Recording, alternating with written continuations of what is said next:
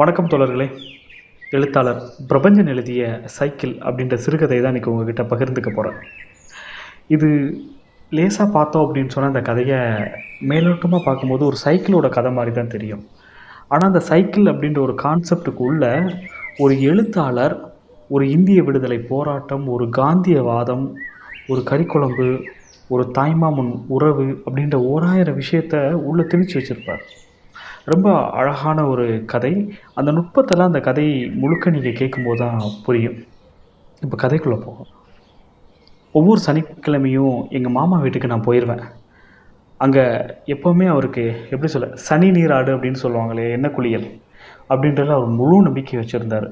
ஒவ்வொரு சனிக்கிழமையும் எண்ணெய் குளியல், நல்லா ஒரு பிடி எண்ணெய் எடுத்து வச்சுப்பார்.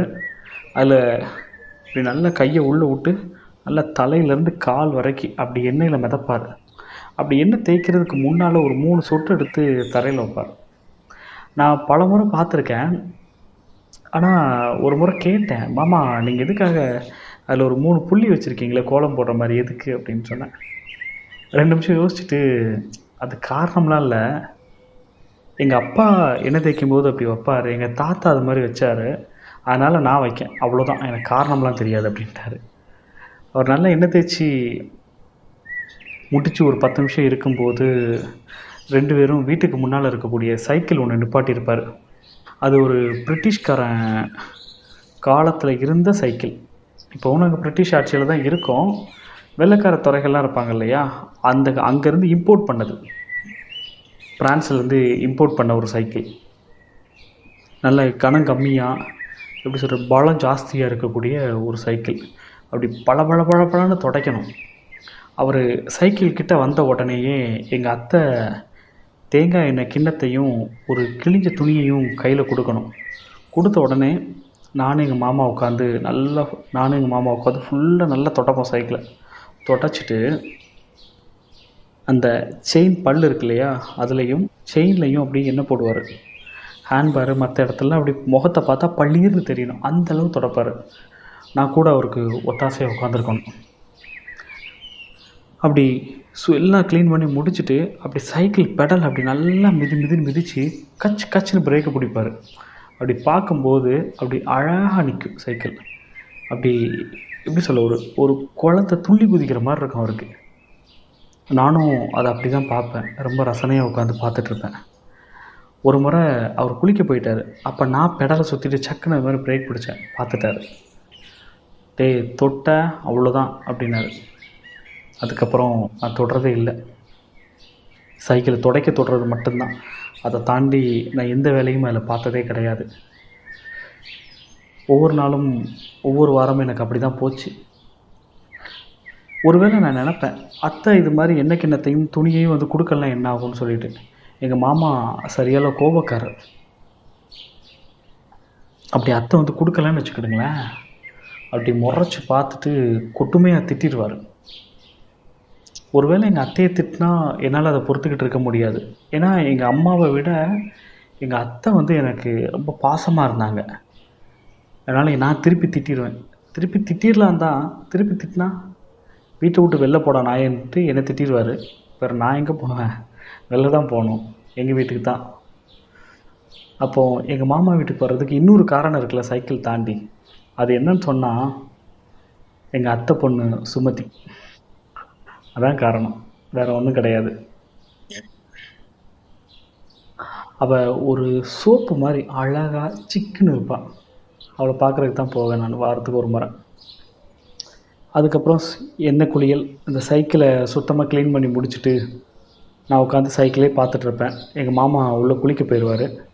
எனக்கு எங்கள் அத்தைக்கிட்டேருந்து ஒரு காஃபியை எங்கள் அத்தை பொண்ணு கொண்டு வருவாள். அப்படி கையில் சூடாக கொண்டு வருவாள். அவகிட்ட அதிகமாகலாம் பேசிக்க முடியாது. எங்கள் மாமா அவர் என்னவா சொல்லுவாருன்னு எனக்கு தெரியாது. அதனால் பேசிக்க முடியாது. அப்படின்றதுனால அவட்ட சின்னதாக கேட்பேன், இன்னொரு டம்ளர் கிடைக்குமா, ரொம்ப சூடாக இருக்குது அப்படின்னு சொல்லுவேன். அவளும் இன்னொரு டம்ளர் வந்து கொடுப்பாள் ஆற்றி குடிக்கிறதுக்காக. இப்படி தான் எங்கள் அத்தை பொண்ணுக்கும் எனக்குமான சின்ன கான்வர்சேஷன்லாம் நடந்துக்கிட்டே இருக்கும். எங்கள் மாமா குளிக்க உள்ளே போயிட்டார். ஒரு கமன்னு ஒரு வாசம். எல்லாமே imported soap, imported powder, imported cycle தான் அவருக்கு. ட்ரெஸ்ஸு முதற்கொண்டு இம்போர்ட்டட் தான். அங்கேருந்து இறக்குமதி செய்யப்பட்டது தான். ஏன்னா அவர் வேர்க்கடல் இருக்கு இல்லையா, அது எக்ஸ்போர்ட் பண்ணார். அதனால் அங்கே இருக்கக்கூடிய வெள்ளைக்கார துறைகளோட பழக்கம் அவருக்கு ஜாஸ்தியாயிருச்சு. அப்படி ஜாஸ்தியானதுனால எந்த பொருள் அவருக்கு வேணுனாலும் ஈஸியாக இம்போர்ட் பண்ணி வாங்கிப்பார். இவர் எக்ஸ்போர்ட் பண்ணுறாரு, அதனால இம்போர்ட் பண்ணி ஈஸியாக வாங்கிப்பார். அப்படி வந்தது தான் வீட்டில் இருக்கக்கூடிய எல்லா பொருளும். அப்படி அந்த கம்ம சோப்பு போட்டு குளிக்கும்போது கூட மூக்கில் ஒரு போயிட்டு நெடி ஏறாது. ஒரு மாதிரி முகம் சுளிக்கிற மாதிரிலாம் இருக்கா, நல்ல ஸ்மெல்லாக இருக்கும். அதுக்கப்புறமா அவர் குளித்து முடிச்சுட்டு நல்லா பவுட்ரு போட்டு அப்படி எப்படி சொல்ல, ஒரு கம்பீரமாக ஒரு வேட்டி அப்படி கட்டிட்டு ஒரு சட்டை ஒன்று போட்டிருப்பார். நீங்கள் நம்ம நினைக்கிற மாதிரி கதர் சட்டைலாம் கிடையாது, நல்ல பாலியஸ்டர். அப்படி மின்னும், பார்த்தாலே தக தக தகன்னு மின்னும். அப்படி ஒரு வெள்ளை கலரும் மஞ்சள் கலரும் கலந்த ஒரு கலவையாக இருக்கும். அப்படி மின்னக்கூடிய அந்த இதுதான். அப்படி ஒரு ட்ரெஸ் போட்டுட்டு அப்படி ஜம்முன்னு வருவார். வந்தால் வீட்டில் வந்துட்டு சுட சுட தோசை. காலையில் வந்துட்டு தோசை கறிக்குழம்பு, மத்தியானத்துக்கு கறிக்குழம்பு ஈரல் வறுவல், நைட்டுக்கு ரொட்டி ப்ளஸ்ஸு கறிக்குழம்பு. இதுதான் மெனு. உலகமே புரண்டு போனாலும் சரி இந்த மெனு ஒரு காலத்துலேயும் மாறவே செய்யாது, அப்படியே தான் இருக்கும். ஸோ அவர் சாப்பிட உட்காந்து என்னை சாப்பிட கூப்பிட்டாரு. வீட்டில் தான் மாமா ஆப்பம் சாப்பிட்டு வந்தேன், 2 தோசை சாப்பிட்றா அப்படின்னு சொல்லி சொன்னார். அந்த சவுண்டை கேட்டவுடனே லைட்டாக ஜர்க் ஆகிட்டு வந்து வேறு என்ன பண்ண முடியும், உட்காந்து தோசை சாப்பிட்டுட்டு இருந்தேன். நான், எங்கள் அத்தை பொண்ணு, எங்கள் மாமா 4 பேர் உட்காந்து சாப்பிட்டுட்டு இருந்தோம். சாப்பிட்டு முடிச்சுட்டு வெள்ளைக்கார துறையை பார்க்குறதுக்காக எங்கள் மாமா அப்படி சைக்கிளை அப்படி கம்பீரமாக எடுத்துக்கிட்டு அந்த பெடலை மிதிச்சுட்டு அப்படி கிளம்புற வரைக்கும், அந்த சைக்கிள் போய் முடிகிற வரைக்கும் உட்காந்து பார்த்துட்டே இருந்தேன். போகும்போது எங்கள் அத்தையிட்ட சொல்லிட்டு போனார், கோவிலேருந்து பண்டாரம் வருவார், வந்தால் வெயிட் பண்ண சொல்லு, நான் வந்துடுறேன், துறையை பார்த்துட்டு வந்துடுறேன் அப்படின்னு சொன்னார். அதுக்கப்புறம் மத்தியானம் ஆச்சு. அங்கேருந்து துரைட்டெலாம் பேசிட்டு வந்திருப்பார் போல். வாசலில் பண்டாரம் வந்து உட்காந்துருந்தார். வந்த உடனே சொன்னார், அடுத்த வாரம் திரௌபதி அம்மன் கோவில் திருவிழா இல்லை, அதை நம்ம ஏற்பாட்டில் சிறப்பாக செஞ்சுருங்க, நம்மளுக்குரிய பணி கொடுக்கக்கூடிய நாளில் சிறப்பாக செஞ்சிடலாம் அப்படின்னாரு. அவரும் சரியாக பண்ணிடலாம் அப்படின்னாரு. மாலை நல்லா இருக்கணும், நல்லா எப்படி சொல்ல, நல்ல மாலையாக இருக்கணும், உடம்புல குத்தக்கூடாது, கனமே இல்லாத அளவுக்கு மாலை இருக்கணும், அவங்களே பார்த்து வியந்து போகிற அளவுக்கு இருக்கணும், அது போக பெத்த ஏற்பாடு எல்லாமே சிறப்பாக இருக்கணும் அப்படின்னு சொன்னோடனே அவரும் சரின்னு சொல்லிட்டு போயிட்டார். அடுத்த சனிக்கிழமை திருவிழா நாள் வந்துச்சு. முறையாக என் ஆசை நிறைவேறிச்சு. எங்கள் மாமா கம்பீரமாக எப்பவும் போல் அந்த சென்ட்டு சோப்பு எல்லாம் போட்டுட்டு அவர் போனார். கூடவே எங்கள் அத்தையும் முன்னால் போனாங்க. நான் சைக்கிளை அப்படி ஜம்முன்னு அப்படியே உருட்டிகிட்டே போனேன். மிதித்து போகணுன்னு எனக்கு ஆசை தான், ஆனால் எங்கள் மாமா திட்டுவார், அதனால் நான் அப்படி போகலை. சைக்கிள் அப்படி பிடிச்சிட்டே வந்தேன். பின்னால் என்னை சுமதி பார்த்துட்டே வந்தாள். அப்படியே சைக்கிளை விட்டே போனோம். அப்படி கோவில் ரீச் ஆகிட்டேன். பக்கத்தில் தான் கோவிலுமே. ரீச் ஆன உடனேயே எங்கள் மாமா அங்கேருந்து எல்லாத்தையும் வந்து கம்பீரமாக நின்று வேலை வாங்கினதை பார்க்கணுமே. அந்த ட்ரெஸ்ஸுக்கும் மனுஷன் அப்படி நின்று பேசுகிறதுக்கும் அவ்வளோ அழகாக ரசிச்சிட்டேன். எந்த அளவுக்கு நான் சைக்கிளை ரசித்து பார்த்தனோ அதை விட ஒரு கம்பீரமான ஒரு ஆளை நான் அப்போ தான் பார்த்தேன் எங்கள் மாமாவை. அவர் வந்து இந்த வெள்ளைக்காரத்துறை கூட சேர்ந்து இந்த வேர்க்கடலையும் எக்ஸ்போர்ட் பண்ணுறாரு இல்லையா, அப்போது நான் நினப்பேன், இந்த மனுஷன் எப்படி வேலையெல்லாம் வாங்குவார், வீட்லேயும் இவ்வளோ உருன்னு இருக்கார் அப்படின்னு சொல்லிட்டு. பட் இப்போ அந்த வேலை வாங்குகிற விஷயங்கள் எல்லாமே நாங்கள் நின்று பார்த்தேன். மிரட்டி விட்டார் மனுஷன். அவ்வளவு தோரணையாக நின்று வேலை வாங்கினார். அதை பார்த்து ரசிச்சுட்டே இருந்தேன். அதுக்கப்புறம் கூத்து ஆரம்பிச்சிருச்சு. அங்கே ஒரு லாந்தர் லைட் போட்டிருந்தாங்க. பட் வெளிச்சம் ஓரளவுக்கு இருட்ட ஆரம்பிக்கிறனால ஏற்கனவே வெளிச்சம் இருந்தது. லாந்தர் லைட் ஏதோ இடத்துல ஒழிக்கிற மாதிரியே இருந்துச்சு. ஒரு 4 சேர் போட்டிருந்தாங்க. எங்கள் அத்தையும் மாமா மட்டும் உட்காந்துருந்தாங்க. 2 சேர் காலியாக தான் இருந்தது. அங்கேருந்து 2 வெள்ளைக்காரத்தோரை கூத்து ஆரம்பிக்கும்போது வந்திருந்தாங்க. வந்த உடனேயே எங்கள் மாமா விறுவிறுன்னு போனார். போய் வெள்ளைக்காரத்தோரை அப்படி கையை பிடிச்சி கூப்பிட்டு வந்து சேரில் உட்கார வச்சார். அங்கேருந்து மாலைகள் எல்லாமே பண்டாரம் கொண்டு வந்தாங்க. கொண்டு வந்து போட்டு முதல் மரியாதையெல்லாம் செஞ்சு அப்படி உட்கார வச்சு விட்டோன்னே அவங்க அப்படி கம்பீரமாக பார்த்து அந்த கூத்தெல்லாம் உட்காந்து பார்த்து ரசித்து ரசித்து பார்த்துட்டு இருந்தாங்க. அதுக்கப்புறம் கொஞ்ச நேரம் கூத்து நடந்துட்டு இருந்துச்சு. மறுபடி இன்னொரு வெள்ளைக்கார துரையும் அவருடைய மனைவியும் அங்கேருந்து வர்றதை பார்த்தாங்க. அது என்னாச்சுன்னு சொன்னால், எங்கள் மாமா இவங்க 2 பேர்த்தையும் தான் கூப்பிட போயிருக்காங்க. போகும்போது இன்னொரு வெள்ளைக்கார துரையை பார்த்துட்டாங்க. பார்த்த இடத்துல சொல்லாமல் இருக்க முடியாது இல்லையா? அவங்க யதார்த்தமாக சொல்ல, அந்த அவங்க வீட்டம்மா வந்துட்டு கண்டிப்பாக வந்து கூத்தை பார்த்தே ஆகணும்னு சொல்லிட்டு அப்படி எப்படி சொல்ல, ஒரு வரிஞ்சு கட்டிட்டு வந்துட்டாங்க. ஸோ இங்கே வந்து உட்காந்தாச்சு. உட்காந்த உடனேயே இப்போ இருந்தது மொத்தம் 4 சேரு. ஏற்கனவே 2 வெள்ளைக்கார துரை வந்துட்டாங்க. அதில் 2லேயும் ஆளுக்கு உட்காந்துருக்காங்க. இன்னொரு 2 சேரில் எங்கள் அத்தையும் மாமாவும் உட்காந்துருந்தாங்க. நானும் சுமதியும் ஜம்மு காலத்தில் தான் உட்காந்துருக்கோம். இப்போது எங்கள் அத்தை வேறு வழி இல்லாமல் எங்கள் கூட ஜம்மு காலத்தில் உட்கார வேண்டிய சூழ்நிலை ஏற்பட்டுச்சு. எங்கள் அத்தை வந்து உட்காந்துட்டாங்க. எங்கள் மாமா ரொம்ப நேரமாக நின்றுட்டே இருந்தார். அந்த எப்படி சொல்ல, அந்த பட்டு வேட்டி, அந்த பட்டு சட்டை, அதாவது இம்போர்ட்டட் பட்டு வேட்டி, இம்போர்ட்டட் பட்டு சட்டை, அதை போட்டு நின்னார். ஆக்சுவலாக அவர் சில நேரம் எங்கள் அப்பாவை கிண்டல் அடிப்பார். எப்படி கிண்டல் அடிப்பாருன்னு சொன்னால், கொப்பெல்லாம் உட்காந்துட்டு கோமணத்தை கெட்டிக்கிட்டு இன்னும் வந்துட்டு வெள்ளையனே வெளியேறு, வெள்ளையனே வெளியேறுன்னு சொல்லுவான். வெள்ளையனே வெளியேறுன்னு சும்மா வாயில் சொன்னால் போதுமாடா, அவன் ஓடிடுவானா என்ன?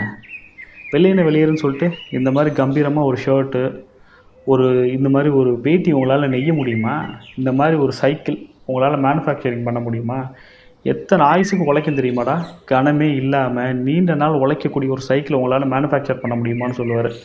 அப்படியெல்லாம் என்கிட்ட நக்கல் அடித்து பேசின மனுஷனை, இவ்வளோ நேரம் அவ்வளோ ஆட்களையும் திரட்டி வேலை வாங்கின மனுஷனை, எல்லாரும் உட்காந்துருக்கும்போது அவர் மட்டும் நின்றுட்டு இருந்ததை என்னால் பார்க்க சகிக்கலை.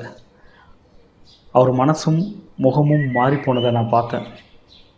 யாருக்கும் தெரியாத மாதிரி வேர்வை உடைஞ்ச மாதிரி அப்பப்போ அப்படி வேட்டி எடுத்து தொடச்சிட்டே நின்னார். எனக்கு புரிஞ்சுது அவர் வந்து வேர்வைப்பட்டு ஒன்றும் முகத்தை துடைக்கலைன்னு சொல்லிட்டு. அதுக்கப்புறம் அவருடைய விசுவாசிகள் இருப்பாங்களே, எங்கள் மாமாவுடைய விசுவாசிகள், அவங்கெல்லாம் எங்கேயோ அலைஞ்சு திரிஞ்சு ஒரு சேரை மட்டும் கொண்டு வந்து போட்டாங்க. கொஞ்ச நேரத்தில் எங்கள் மாமா மீண்டும் சிரிக்க ஆரம்பித்தார். அதே புன்னகை அதெல்லாம் வந்துச்சு. ஆனால் அது ஒன்றும் அவ்வளோ சாதாரணமாக எப்படி சொல்ல, ஒரு 2 நிமிஷத்துக்கு மேலே நீடிக்கலை.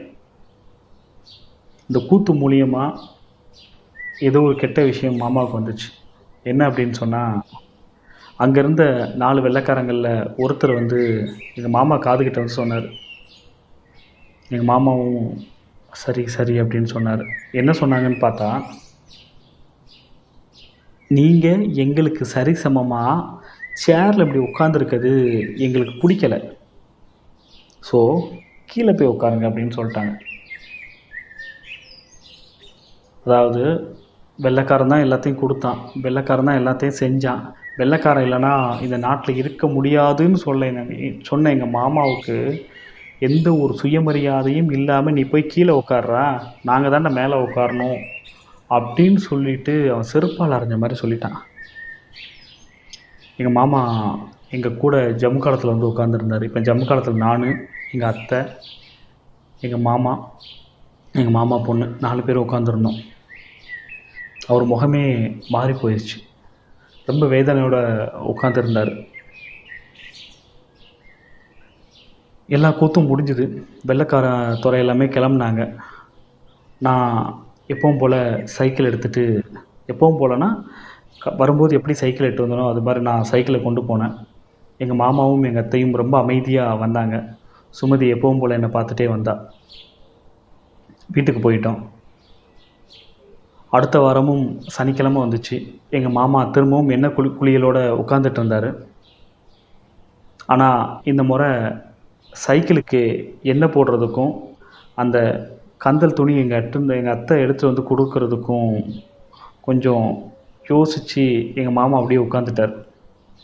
உடனே கேட்டார் என்கிட்ட, உனக்கு இந்த சைக்கிள் பிடிக்குமாடா அப்படின்னு கேட்டார். நான் தயங்கி சொன்னேன். இல்லை சொல்லு அப்படின்னாரு. பிடிக்குமாம்மா அப்படின்னேன். ஓகே, இனிமேல் இதை நீயே வச்சுக்க அப்படின்ட்டார். எனக்கு அதுக்கு என்ன ரியாக்ட் பண்ணேன்னு தெரியல. உண்மையா மாமா? ஆமாண்டா நீயே வச்சுக்க அப்படின்னாரு. எனக்கு மனசுக்குள்ளே 1000 சந்தோஷம் ஓடியது. எங்கள் மாமா அப்படியே எந்திரிச்சு விறுவிறுன்னு குளிக்க போயிட்டு தாழ்பாலை டப்புன்னு சாத்துற சத்தம் மட்டும் கேட்டுச்சு. இந்த சைடு நான் சைக்கிளை எடுத்துகிட்டு அப்படி காலில் பெடலை மேலே தூக்கி போட்டு லேசாக அப்படி மிதித்தேன். காலத்தின் சக்கரம் போல் சைக்கிளின் சக்கரமும் விறுவிறுவிறுவென சுழன்று கொண்டிருந்தது. அவ்வளவுதான் தோழர்களே இந்த கதை.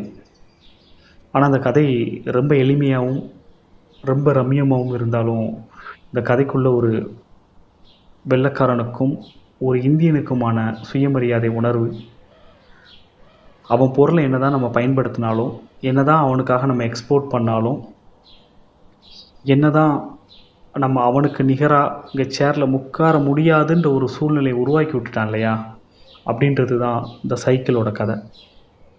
இதுக்குள்ளே ஒரு சைக்கிள் தான் இருக்குது அப்படின்னு நினச்சி இந்த கதையை கேட்டவங்களுக்கு கேட்டு முடிக்கும்போது புரியும், சைக்கிள் மட்டுமல்ல, இந்த கதைக்குள் ஒரு உறவும் சுயமரியாதையும் கலந்துள்ளதென்று.